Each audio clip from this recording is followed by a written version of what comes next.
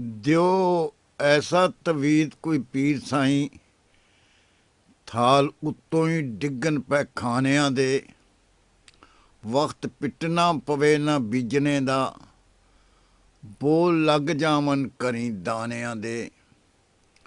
ਲੱਭ ਜਾਵੇ ਜੇ ਬੋਰੀ ਕੋ ਡਾਲਰਾਂ ਦੀ, ਮੁੱਕਣ ਵਕਤ ਸਭ ਵਕਤ ਹੰਡਾਣਿਆਂ ਦੇ। ਵਾਂਗ ਜੰਨਤਾਂ ਹਰ ਸ਼ੈ ਮੁਫਤ ਲੱਭੇ, ਹੋਵਨ ਮਸਲੇ ਹੱਲ ਨਮਾਣਿਆਂ ਦੇ।